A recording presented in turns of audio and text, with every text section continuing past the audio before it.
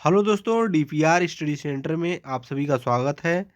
देखिए, RRB group D के revision के क्रम में यह हमारा आज चौथा वीडियो है और 3 वीडियो हम इसके आप लोगों को प्रोवाइड करा चुके हैं। तो यह चौथा वीडियो है और हम उन्हीं टॉपिक को कवर करने की कोशिश कर रहे हैं, जहां से रेलवे ज़्यादा प्रश्नों को उठाता है और जो है कि उन्हीं इम्पोर्टेंट टॉपिक को हम आपको कराएँगे। तो समय को ज़्यादा जो है कि वेस्ट न करते हुए हम लोग अपने जो है टॉपिक पर आते हैं। देखिए, राष्ट्रीय प्रतीक एवं चिन्ह। आज का हमारा क्या टॉपिक लिए हैं? राष्ट्रीय प्रतीक एवं चिन्ह। भारत का राष्ट्रीय ध्वज क्या है? तिरंगा है, जिसकी लंबाई एवं चौड़ाई का अनुपात 3:2 है। तिरंगा के बीच में एक चक्र लगा होता है जिसका रंग नीला है तथा जिसमें 24 तीलियां हैं। राष्ट्रीय ध्वज के निर्माता कौन है? तो पिंगली वकैया है। ध्वज का प्रारूप संविधान निर्मात्री सभा द्वारा 22 जुलाई 1947 को अपनाया गया था। कब अपनाया गया था? 22 जुलाई 1947 को इसे अपनाया गया था। देखिए, लोगों को इसे ससम्मान फहराने की अनुमति 26 जनवरी सन 2002 को प्रदान किया गया था।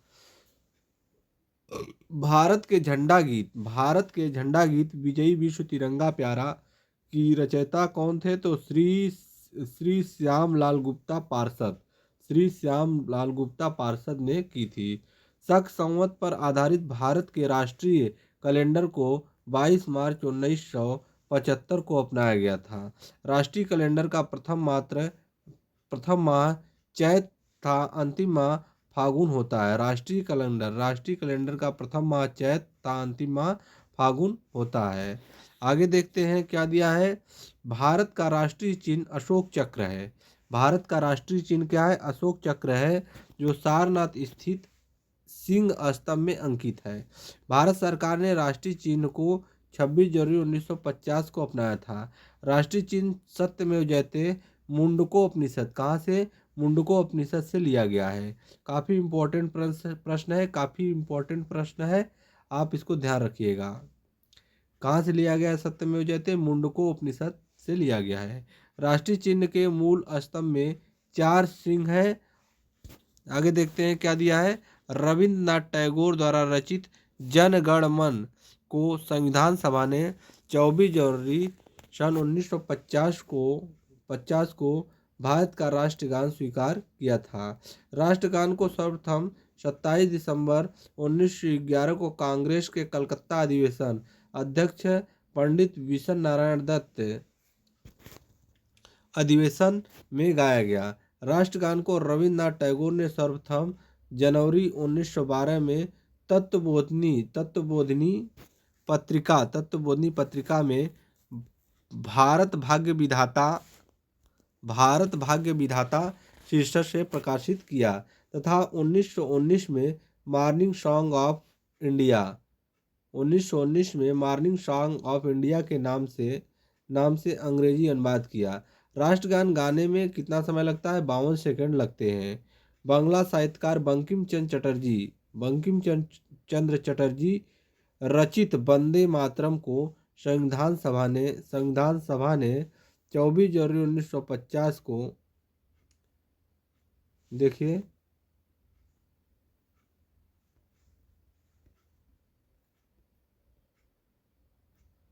24 क्या दिया है? 24 जनवरी 1950 को राष्ट्रगीत स्वीकार किया। राष्ट्रगीत का प्रथम प्रकाशन 1882 में बंकिम चंद्र चटर्जी के उपन्यास आनंद मठ में हुआ। राष्ट्रगीत को सर्वप्रथम 1896 ईस्वी में कांग्रेस के कोलकाता अधिवेशन अध्यक्ष रहीमतुल्लाह सयानी में गाया गया। राष्ट्रगीत के प्रथम गायक, देखिए क्या दिया है। राष्ट्रगीत के प्रथम गायक ओंकारनाथ ठाकुर थे, जिनकी धुन जद्दूनाथ भट्टाचार्य ने बनाया। राष्ट्रगीत का अंग्रेजी अनुवाद अरविंद घोष, कौन किया था? अरविंद घोष, तथा उर्दू अनुवाद आरिफ मोहम्मद खान ने किया था। राष्ट्रगीत गाने में 65 सेकंड लगते हैं। संसद के अधिवेशन का प्रारंभ जन गण मन के साथ था, समापन वंदे मातरम के साथ होता है। देखिए, राष्ट्रीय गीत, राष्ट्रीय पुष्प वंदे मातरम राष्ट्रीय पुष्प क्या है? कमल है। नेलम्बो न्यूसीफेरा, नेलम्बो न्यूसीफेरा इसका जो है वैज्ञानिक नाम है। राष्ट्रीय पक्षी मोर है और मोर का वैज्ञानिक नाम पाओ क्रिस्टेटस है। राष्ट्रीय राष्ट्रीय पशु क्या है? बाघ है, जिसका वैज्ञानिक नाम पैंथरा टाइग्रिस है। राष्ट्रीय फल आम है, इसका वैज्ञानिक नाम मैग्नीफेरा इंडिका है। और राष्ट्रीय राष्ट्रीय वृक्ष बरगद है, फाइकस फाइकस बेथालेसिस इसका वैज्ञानिक नाम है। देखिए क्या है? भारत का राष्ट्रीय जलीय जीव डॉल्फिन है। भारत का राष्ट्रीय जलीय जीव क्या है? तो यह है डॉल्फिन है। आगे देखते हैं, देखिए आगे क्या दिया हुआ है, देखिए देखिए बजट क्या दिया है? बजट बजट तथा बैट। बजट शब्द फ्रेंच शब्द बजट से बजट से बना है, जिसका अर्थ है चमड़े का थैला। जिसका अर्थ क्या है? चमड़े का थैला होता है। सर्वप्रथम 1803 में बजट शब्द का प्रयोग फ्रांस में आय व्यय के रूप में प्रारंभ हुआ था। बजट का प्रारंभ इंग्लैंड में माना जाता है। बजट का जो प्रारंभ है इंग्लैंड में माना जाता है। भारत में बजट प्रणाली का संस्थापक भारत में बजट प्रणाली का संस्थापक एवं जन्मदाता जेम्स विल्सन को माना जाता है। भारत में बजट प्रणाली का जो जन्मदाता है, किसे माना जाता है? जेम्स विल्सन को माना जाता है। बजट जो है समवर्ती सूची में आता है। बजट किस सूची का विषय है? तो यह समवर्ती सूची का विषय है। आम बजट लोकसभा में पेश की जाती है। वर्ष 1718 से सामान्य बजट को वित्त मंत्री फरवरी माह के प्रथम कार्य दिवस पहले फरवरी माह के अंतिम दिन को पेश करता है। वित्तीय वर्ष 1 अप्रैल से प्रारंभ होता है। वित्तीय वर्ष जो होता है 1 अप्रैल से प्रारंभ होता है। रेल बजट को सामान्य बजट से अलग एकवर्ष समिति की संस्तुति पर 1924 से 25 में किया गया था। रेल बजट को सामान्य बजट से अलग एकवर्ष समिति की सिफारिश पर किया गया था। किस समिति की सिफारिश पर किया गया था? एकवर्ष समिति की सिफारिश पर किया गया था। 1924-25 में किया गया था, जिसे वर्ष 2017 में भाजपा सरकार द्वारा पुनः केंद्रीय बजट में मिला दिया गया। कब? 2017 में भाजपा सरकार द्वारा पुनः केंद्रीय बजट में मिला दिया गया। स्वतंत्र भारत का पहला बजट 26 नवंबर 1947। कब? 26 नवंबर 1947 को आर के षणमुखम शेट्टी ने पेश किया था। कौन पेश किए थे? आर के षणमुखम शेट्टी ने पेश किया था 26 नवंबर 1947 को स्वतंत्र भारत का पहला बजट।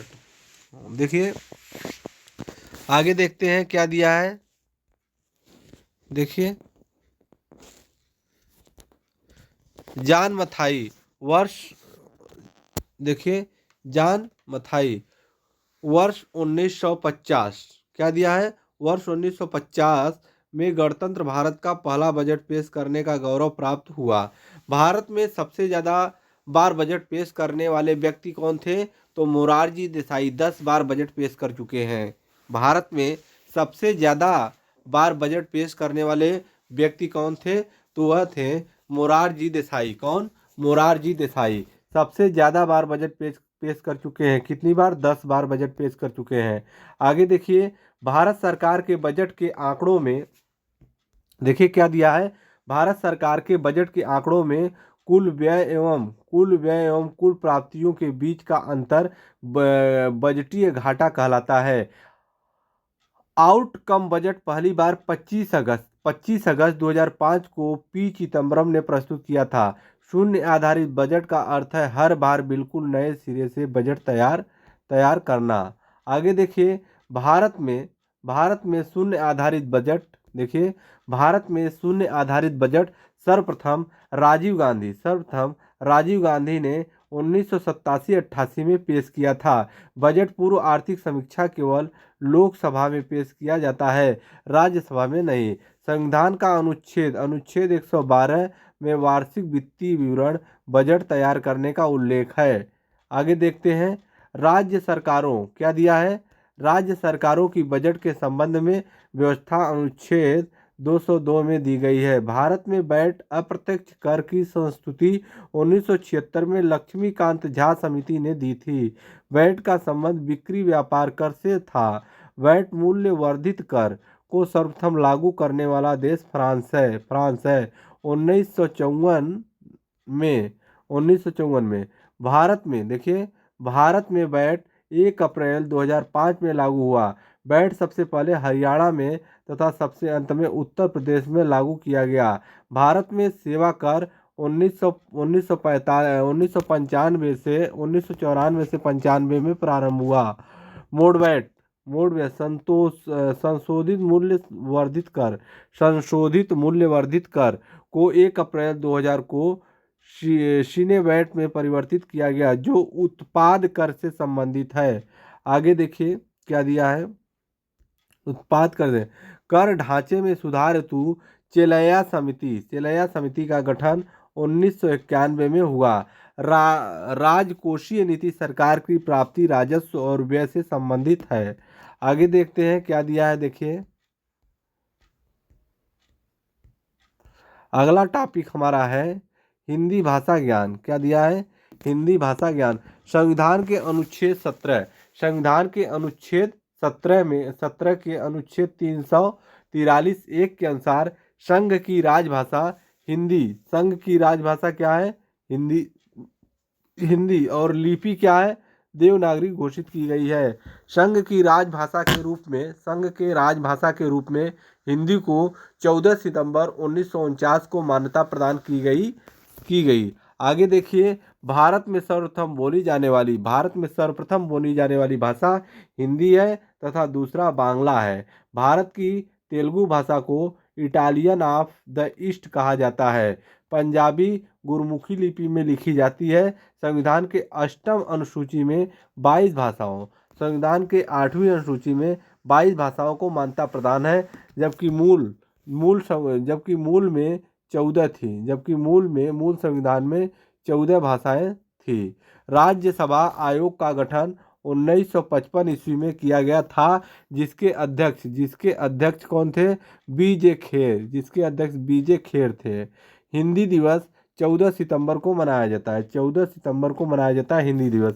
अंग्रेजी को अरुणाचल प्रदेश, नागालैंड तथा मेघालय में राजभाषा का दर्जा प्राप्त है। भारत के प्रथम राष्ट्र कवि मैथिली शरण गुप्त को आधुनिक युग का तुलसी कहा जाता है। आधुनिक युग का तुलसी किसे कहा जाता है। मैथिली शरण गुप्त को। हिंदी विषय का प्रथम पुरस्कार पाने वाले व्यक्ति सुमित्रानंद पंत थे। हिंदी विषय पर प्रथम पुरस्कार पाने वाले व्यक्ति कौन थे। सुमित्रानंद पंत थे। आधुनिक युग की मीरा के रूप में महादेवी वर्मा को तथा भारतीय आत्मा के रूप में माखनलाल चतुर्वेदी को जाना जाता है। देखिए, आधुनिक मीरा के रूप में महादेवी वर्मा को तथा भारतीय आत्मा के रूप में माखनलाल चतुर्वेदी को जाना जाता है। संस्कृत व्याकरण के जनक पाणिनि थी। संसार का सबसे बड़ा महाकाव्य महाभारत है। महाभारत की रचना कौन किया था। तो महाभारत की रचना वेद व्यास ने किया था। विश्व का आदि महाकाव्य रामायण को एवं आदि कवि वाल्मीकि को माना जाता है। विश्व का आदि महाकाव्य रामायण तथा आदि कवि वाल्मीकि को माना जाता है। देखिए, आगे देखते हैं। रामायण क्या दिया है। रामायण मुख्यतः संस्कृत भाषा में तथा रामचरितमानस अवधी भाषा में लिखी गई है। रामायण मुख्यतः संस्कृत भाषा में तथा रामचरितमानस अवधी भाषा में लिखी गई है। हिंदी का बड़ा महाकाव्य पृथ्वीराज रासो है। हिंदी का बड़ा महाकाव्य कौन है। पृथ्वीराज रासो है। हिंदी भाषा इंडो यूरोपियन से संबंधित है। कालिदास भारत का शेक्सपियर कहलाते हैं। भारत का शेक्सपियर किसे कहते हैं? तो कालिदास को कहते हैं। सुमित्रानंद पंत सुकुमार कवि कहलाते हैं। सुमित्रानंद पंत जो है वो सुकुमार कवि के नाम से जाना जाता है। आगे देखिए, विश्व की सबसे प्राचीन भाषा सुमेरियन है। विश्व की सबसे प्राचीन भाषा क्या है? सुमेरियन है। केंद्रीय अंग्रेजी एवं विदेशी भाषा संस्थान हैदराबाद। केंद्रीय अंग्रेजी एवं विदेशी भाषा संस्थान हैदराबाद में है, जबकि institute of advance studies Shimla में अवस्थित है। भारत में आधुनिक शिक्षा के जन्मदाता चार्ल्स ग्रांट 1792 को माना जाता है। देखिए, भारत का आइंस्टीन नागार्जुन को तथा कलम का सिपाही मुंशी प्रेमचंद को कहा जाता है। भारत का आइंस्टीन नागार्जुन को तथा कलम का सिपाही मुंशी प्रेमचंद को कहा जाता है। हिंदी में आशुलिपि के जन्मदाता राधेलाल द्विवेदी हैं। प्रथम हिंदी विधि निर्माता मनु थे। देश का प्रथम विश्वविद्यालय नालंदा है, जिसकी स्थापना गुप्त शासनकाल कुमार गुप्त प्रथम ने की थी। 450 ईस्वी में किया था। आगे देखिए, विक्रमशिला विश्वविद्यालय की स्थापना पाल शासक धर्मपाल ने 9वीं सदी में किया था। प्रथम हिंदी सम्मेलन भारत में 1975 ईस्वी में नागपुर में हुआ था। वेटिकन सिटी में सभी सभाएं मान्य है। आगे देखते हैं,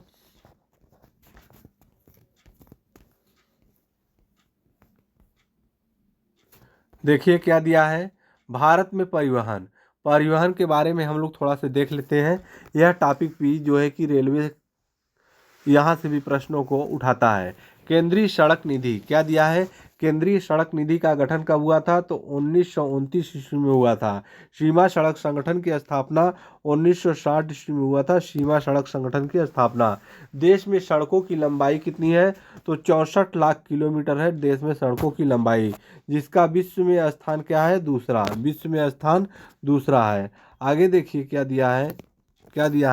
1,40,000 राष्ट्रीय राजमार्ग की लंबाई कितनी है? 1,40,000 किलोमीटर। सबसे लंबा राष्ट्रीय राजमार्ग कौन सा है? तो NH-44 है, जो श्रीनगर से कन्याकुमारी 11 राज्यों तक है। सबसे छोटा राष्ट्रीय राजमार्ग NH-47A है, जो केरल में कोच्चि से वेलिंगटन द्वीप तक है।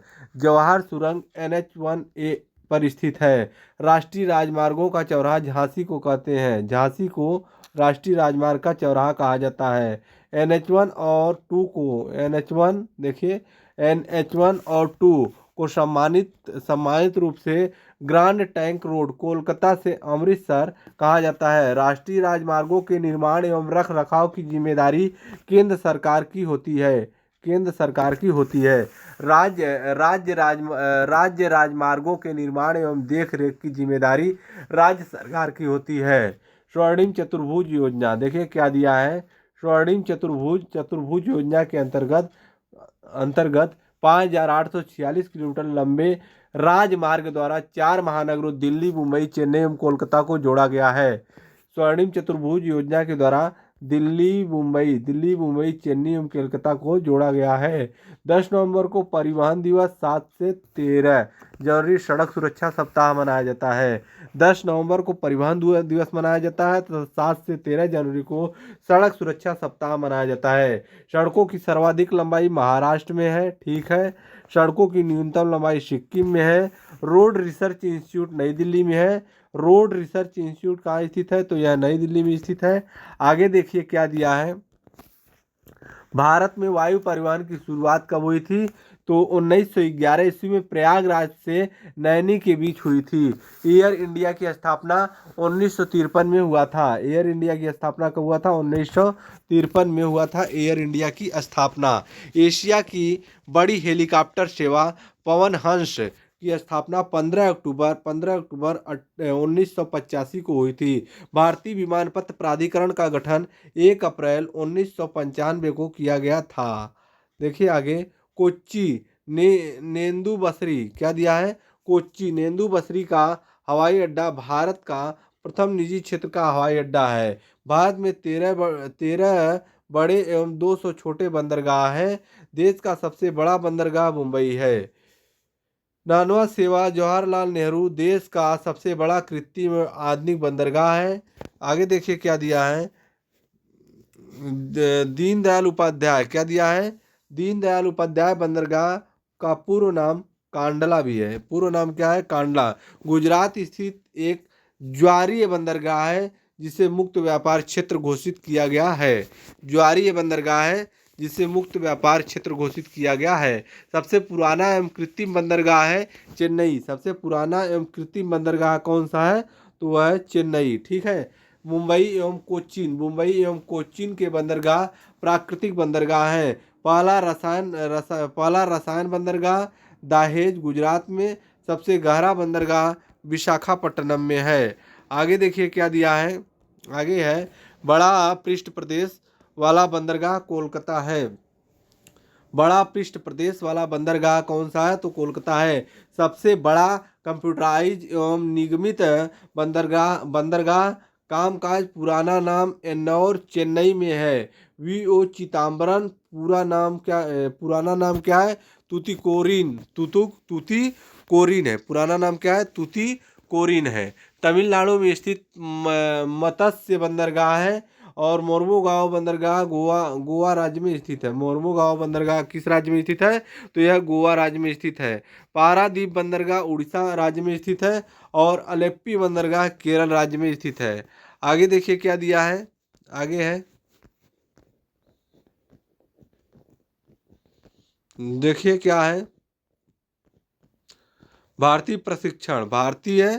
क्या दिया है, भारतीय प्रतिरक्षा थल सेना वायुसेना तथा नौसेना का मुख्यालय नई दिल्ली में स्थित है। थल सेना वायुसेना तथा नौसेना का मुख्यालय कहाँ स्थित है, नई दिल्ली में है। भारत के प्रथम रक्षा मंत्री बलदेव सिंह। भारत के प्रथम रक्षा मंत्री कौन थे, तो वह बलदेव सिंह थे। थल सेना को 7 कमानों में बांटा गया है। आगे देखिए क्या दिया है। थल सेना को 7 कमानों में बांटा गया है। दक्षिणी पुणे और मध्य लखनऊ, पूर्वी कोलकाता, उत्तरी उधमपुर, पश्चिमी चंडीगढ़, दक्षिण पश्चिमी जयपुर तथा प्रशिक्षण कमान का मुख्यालय शिमला है। भारतीय थल सेना के प्रथम कमांडर इन चीफ थल सेनापति एम के करियप्पा भारतीय सेना के प्रथम commander of chief M Cariappa है। देखिए आगे देखते हैं क्या दिया है। प्रथम फील्ड मार्शल क्या दिया है, प्रथम field marshal general Manik Shaw थे। भारत की थल सेना विश्व की चौथी वायुसेना, पांचवी तथा नौसेना 7वीं बड़ी सेना है।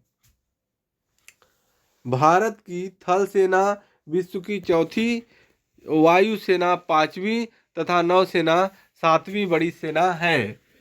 तो राष्ट्रीय सुरक्षा एकेडमी एनडीए खड़कवासला में वायुसेना अकादमी हैदराबाद में भारतीय मिलिट्री सैनिक एकेडमी भारतीय मिलिट्री सैनिक एकेडमी देहरादून में तथा इंडियन नेवल एकेडमी कोचीन में स्थित है। आगे देखते हैं क्या दिया है। देखिए कोचीन में स्थित है। देखिए क्या है। नौसेना को 3 कमानों में बांटा गया है। दक्षिण कोच्चि, पूर्वी विशाखापट्टनम तथा पश्चिमी मुंबई। भारतीय नौसेना का प्रथम अध्यक्ष वाइस एडमिरल R.D. कटारी 1958 थे। भारतीय वायुसेना की स्थापना 8 अक्टूबर 1932 में हुई थी, जो 7 कमांडों में बांटा गया है। आगे देखिए क्या दिया है। वायुसेना का प्रमुख वायुसेना अध्यक्ष होता है। प्रथम air chief admiral Thomas Elmhirst था। वायुसेना के प्रथम भारतीय अध्यक्ष एयर मार्शल सुब्रतो मुखर्जी थे। वायुसेना का ध्येय वाक्य नभ स्पर्शम दीप्तम। वायुसेना का ध्येय वाक्य नभ स्पर्शम दीप्तम था। नौसेना का नौसेना का वरुण। भारत का सर्वोच्च वीरता पुरस्कार कौन सा है, परमवीर पुरस्कार। आगे देखिए क्या दिया है। जिसके प्रथम विजेता मेजर सोमनाथ शर्मा नवंबर 1947 को थे। तीनों सेनाओं का प्रमुख राष्ट्रपति होता है। थल सेना का प्रधान chief of the army staff. जल सेना का प्रधान admiral rank of chief of naval staff तथा वायु सेना का प्रधान air chief marshal rank chief of the air staff होता है। आगे देखिए क्या दिया है। थल सेना क्या दिया है। थल सेना दिवस कब मनाया जाता है तो 15 जनवरी को मनाया जाता है थल सेना दिवस। नौसेना दिवस 4 दिसंबर को मनाया जाता है तथा वायु सेना दिवस 8 अक्टूबर को मनाया जाता है। 15 जनवरी को नौसेना दिवस, 15 जनवरी थल सेना दिवस, 15 जनवरी को नौसेना दिवस और 4 सितंबर को भी नौसेना दिवस मनाया जाता था। वायु सेना दिवस 8 अक्टूबर को मनाया जाता है। भारत में बनी पहली पनडुब्बी का नाम INS साल्की था। आगे देखते हैं क्या दिया है। अगला प्रश्न क्या है। स्वदेशी डिजाइन एवं स्वदेश में निर्मित देखिए क्या दिया है। स्वदेशी डिजाइन एवं स्वदेश में निर्मित प्रथम प्रक्षेपास्त्र 1988 में प्रक्षेपित पृथ्वी है। भारत का प्रथम टैंक रोधी प्रक्षेपित क्या है। पृथ्वी है। आगे देखिए क्या दिया है। भारत का प्रथम टैंक रोधी प्रक्षेपास्त्र क्या है। नाग है। प्रथम विमान वाहक पोत INS विक्रांत है।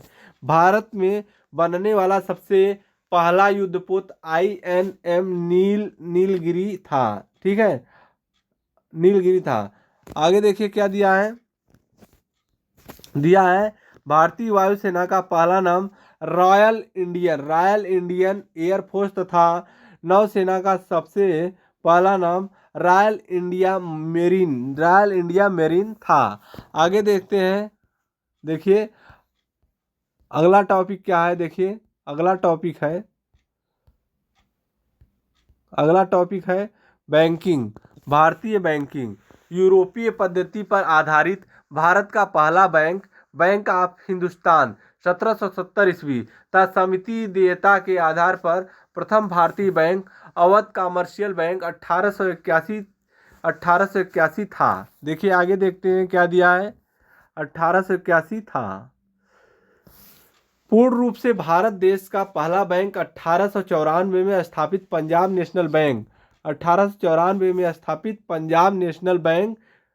नेशनल बैंक है। भारत का केंद्रीय बैंक भारतीय रिजर्व बैंक की स्थापना RBI एक्ट 1934 अनुसूची 2 के तहत 1 अप्रैल 1935 को 5 करोड़ रुपए की अधिकृत पूंजी के साथ हुई। भारतीय रिजर्व बैंक। आगे देखते हैं क्या दिया है। देखिए भारतीय रिजर्व बैंक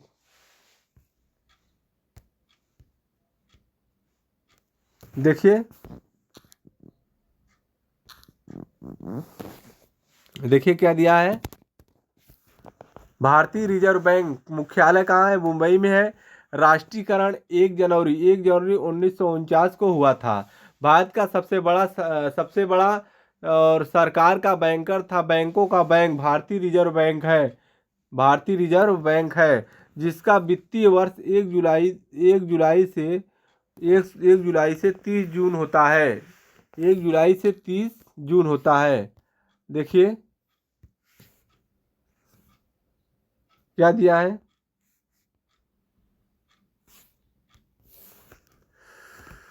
रिजर्व बैंक के प्रथम governor Osborne Smith. Reserve bank के प्रथम गवर्नर कौन थे तो यह थे ओसबोर्न स्मिथ थे। प्रथम भारतीय रिजर्व गवर्नर CD देशमुख तथा प्रथम महिला डिप्टी गवर्नर KG उदिशा है। केंद्रीय बैंकिंग जांच समिति की स्थापना 1931 ईस्वी में की गई थी। 1921 में 3 प्रेसिडेंसी बैंकों का मिलन किया गया था जिसे इंपीरियल बैंक के नाम से जाना गया। इंपीरियल बैंक की स्थापना की गई। 1 जुलाई 1935 ईस्वी को इंपीरियल बैंक का नाम भारतीय स्टेट बैंक। 1 जुलाई 1955 ईस्वी को इंपीरियल बैंक का नाम क्या है भारतीय स्टेट बैंक रखा गया जिसकी अनुशंसा गोरेवाल कमेटी ने की थी। भारत का सबसे बड़ा व्यावसायिक बैंक SBI है। आगे देखते हैं देखिए क्या दिया है, 19 जुलाई 1969 को पहली बार 14 बड़े व्यापारिक बैंकों कुल कुल जमाए 50 करोड़ रुपए से अधिक थी का राष्ट्रीयकरण हुआ। 15 अप्रैल 1980 दूसरी बार अन्य छह बड़े व्यापारिक बैंकों कुल जमाए 200 करोड़ रुपए का राष्ट्रीयकरण हुआ था। भारत में बैंकों के राष्ट्रीयकरण, देखिए भारत में बैंकों के राष्ट्रीयकरण इंदिरा गांधी के समय की संस्तुति हजारी समिति ने की। बैंकों के राष्ट्रीयकरण के समय एल के झा आरबीआई के गवर्नर थे। वर्तमान में राष्ट्रीयकृत बैंकों की संख्या कितनी है, तो 12 है राष्ट्रीयकृत बैंकों की संख्या। देश का पहला क्षेत्रीय ग्रामीण बैंक 2 अक्टूबर 1975 ईस्वी में स्थापित किया गया है। आगे देखिए क्या दिया है, 2 अप्रैल 1949 को स्थापित यूटीआई बैंक का नाम बदलकर 30 जुलाई 2007 से एक्सिस बैंक कर दिया गया। आगे देखते हैं, देश में देखिए क्या है, देश में सर्वाधिक शाखाएं एसबीआई की है। भारतीय बैंकों की सर्वाधिक शाखाएं ब्रिटेन यूके में है। विदेशों में सर्वाधिक शाखाएं एसबीआई की है। देश का प्रथम महिला बैंक भारतीय महिला बैंक की स्थापना 19 नवंबर 2013 को मुंबई में की गई थी, जिसका विलय 1 अप्रैल 2017 को भारतीय स्टेट बैंक में हो गया है। बैंकों में ग्राहक सेवा सुधार से संबंधित समिति